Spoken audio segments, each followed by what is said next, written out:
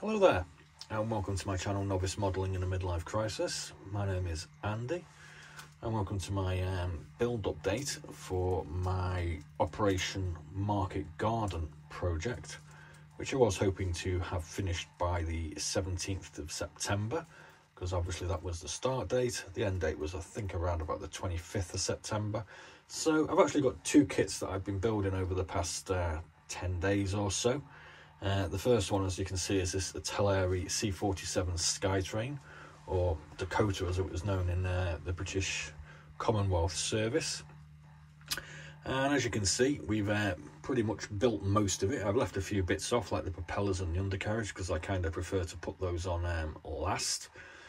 Don't know whether that's the done thing, but it's just kind of how I prefer to do it. So this one's actually built, and we're going to take it down to the garage, and we're going to throw some primer on it. So I just thought I'd show you this one and the AS51 Horsa that I've also pretty much built as well, and we'll have a quick talk about it. This particular kit I think actually cost me about £13, so it was really cheap at the end of the day. It went together okay. The moulding off it is, I forget now, but I think it's a 1970s moulding, so it's not the best Skytrain or Dakota that's actually available out there, I'm sure. But for someone like myself, a novice, 13-14 quid for a nice decent sized aircraft like this, it seems like a good deal. So what we've done is we put it together. Like I say, I haven't put my cockpit cover, my cockpit glazing in yet. I haven't put my propellers on. We did have some issues along this seam here where it just didn't seem to quite match, and obviously we've attacked that with a bit of a sanding stick and a bit of a rubber and a couple of files and etc. And then we've applied a little bit of our favourite Vallejo plastic putty into it as well. We also had a bit of putty going on the seams here between the wings and the fuselage, and a little bit here on this part of the tailplane. I'll just turn it over. Again, we had a few little issues underneath, and again we kind of tried to fix them up with some Vallejo putty and a little bit of sanding. Again, it didn't really quite match here on this seam either. I'm not exactly certain how this is going to come out and whether I've been a bit aggressive or whether I should have actually sanded it down a little bit more, but it's kind of difficult for somebody of my experience level to kind of gauge these sort of things. I mean, obviously people that have been building these things for years, you kind of know when you've done enough, and I'm kind of wary about doing too much at the moment, which is maybe the wrong way to go. So we've got our glazing pieces in. We've got these little side windows and this little window on the top. Now, in the past I've been using a sort of combination of heavy duty builder's masking tape and this sort of substitute Tamiya tape. I do actually have Tamiya masking tape as well, but I'm just currently trying to get through this other stuff. I've also had a go with the Humbrol Maskell as well in the past, and I've kind of found it a little bit hit and miss, but this is probably just down to my heavy-handedness maybe, or my not knowing quite how to do it properly. You may have seen a video I did about a week or so ago about my rather extensive and ridiculous collection of brushes that I've got, including these AK silicone brushes that I picked up for, I think it's about £5. There was 5 of them, so you know they were no money at the end of the day. And somebody kindly pointed out that these are actually pretty good for applying the Maskell, because obviously when you put this gloopy stuff into a standard brush, it kind of causes problems when you try to get it out. And these silicone brushes, obviously there's no brush, so it kind of works. So I mean, I left a bit of the Maskell on here, so as you can actually see that this is dried now, and I've just peeled it off like I would do with the Maskell on the thing, and it comes off. So I've been using this sort of fine tipped one for some of these small windows, particularly on the Horsa, and some of the small windows on the Dakotas this is going to be. And some of the other windows, I've been using this sort of flat-edged one. So this was kind of around about the same size as these side windows, so it was kind of ideal for putting this on. So I don't know whether people do this or not, but whoever actually mentioned this to me, thanks very much. It kind of seems to work. It's an experimental thing, you know, so I'm sure I'm going to have a few problems, but it kind of worked for me, so that's great. Thanks very much. As far as painting this beast up, we're going to be following the supplied diagram, which is for flat, where are we going now? Flat olive drab, flat dark grey and flat black, with a few other, with a few other little touches of random paints here and there. We're going to be using the supplied D-Day stripe markings as well. I mean, obviously I'm doing this for Market Garden, which was sometime after D-Day, but most sources that I've found seem to show that the D-Day markings were still on. I mean, obviously it was very much an identification marking for fighters and anti-aircraft on the ground, so as they knew that this was an Allied aircraft. So obviously it would stop a lot of friendly, or the potential for friendly fire. So that's basically, hopefully, what we're going to end up with, or something like that. We're going to be spraying, the primer is going to be just a pale grey, and then we're going to do the some of the painting tomorrow. I'm back to work the day after tomorrow, so I'm kind of hopeful that I might get this finished by then. We'll see. The primer goes on tonight, the base coats go on tomorrow, and then I can maybe decal it up in the morning. That sounds doable. So that's the first one. Let me just put this one out of the way.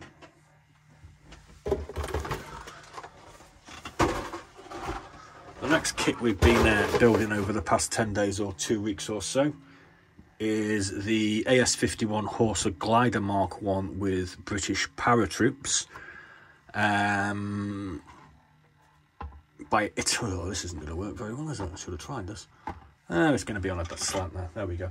Which is done by Italeri as well. Kit number 1356.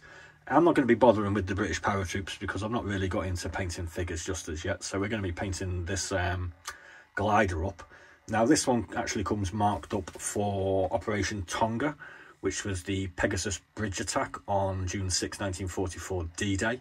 And it comes with the relevant markings for the gliders used in that attack.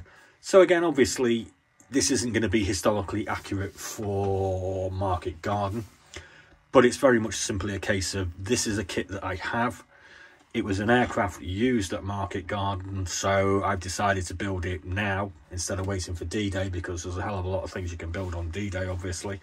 So I mean, maybe I can use this again in D-Day and I can get these figures painted up, and we can, I believe there's actually a diorama kit for the Pegasus bridge attack, so maybe we'll go out and buy that and we'll throw everything together. Who knows?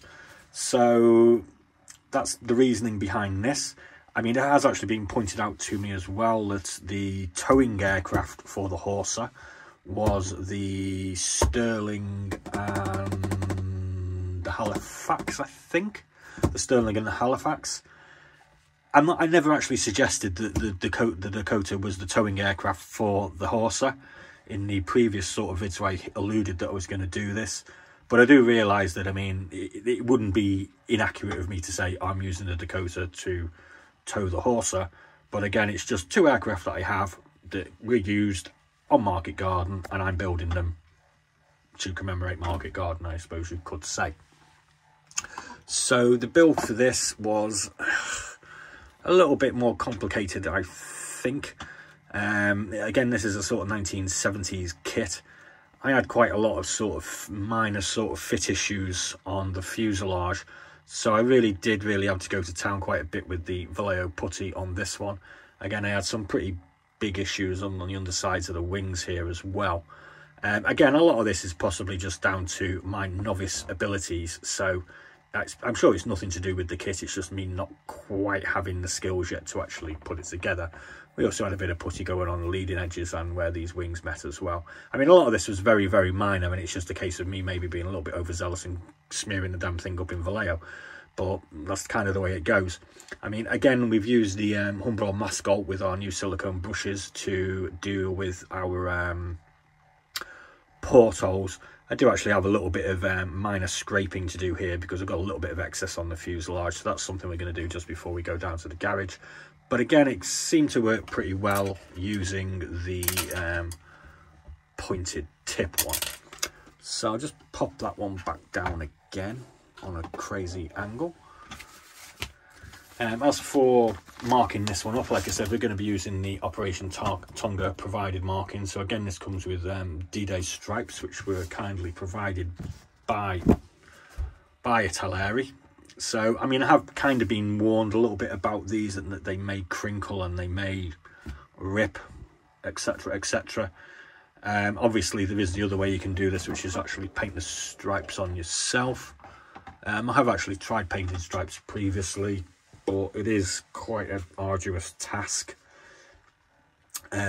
So I've decided basically just to use what's been provided, and we'll see what happens at the end of the day. I am kind of hoping that obviously they'll turn out reasonable. My plan for varnishing, as it is my understanding that a gloss finish evens out the paint better, is to potentially put a gloss finish down when we have put our decals, put a gloss finish down first, and then potentially to cover it in a matte or satin finish second, to take the shininess out, because I don't really want a shiny Horsa glider or a shiny Dakota, and obviously it would look a bit weird. So that's the actual plan. I've left the cockpit glazing off, because that's just something that I do kind of like to have the cockpit glazing and paint it in my hands. I mean, I suppose obviously I could have done that prior and stuck it on and then masked it off, but you know, it's just different way, horses for courses, and different things that different ways people deal with different problems. I did have a little bit of a boo-boo on this. I actually kind of forgot to put the door and separation panel in between the cockpit and the storage area. Whoops-a-daisy.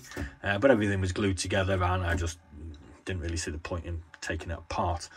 Additionally, I realise this is a bit of a faux pas for a lot of kit builders, and fair respect to you guys who do go all the way with these things. But I decided to leave a lot of the storage benches out of this, because I'm on a time schedule with these things, and I don't have as much time maybe as I should provide to build some of these things. I also didn't bother with the painting of the transportation area in either the Dakota or the Horsa, mainly because when you look through the windows you can't see it, and it's a whole lot of time, effort and paint and money to do these things. And like I say, fair play to you guys that do go to town 125% on these things, but for me at the moment it's just not something that I'm really capable of doing. I don't really have the time to invest in doing it, and I got to be honest with you, sometimes I just can't see the point in it, especially for somebody at my sort of novice levels, which is very much just a case of getting some kits under my belt and practicing and making them look slightly better every time that I have a go at one. So anyway, enough blabbering from me. I'm off down to the garage. It's getting a bit cold, and we're going to paint these up, and I might do another video, quick one. I'm not going to talk very much, just with the primer on, and then we'll have a go at painting tomorrow, I suppose, and then I'll have to go back to work, and then it'll be Market Garden. So yeah, hopefully the Dakota will be finished tomorrow or the next day. The horse might take a few more days. Might have to wait until my next 4 days off, which will be the beginning of next week. But it sort of fits in with the time frame of Market Garden, so I suppose it's kind of acceptable. So thanks very much for watching and listening to me drone on about my models again. Please do like and subscribe. Please do check out some of our other videos, which there's a whole load of what's in the boxes, a whole load of me shambolically building kits occasionally, and hopefully you might find some of them quite interesting. Be seeing you.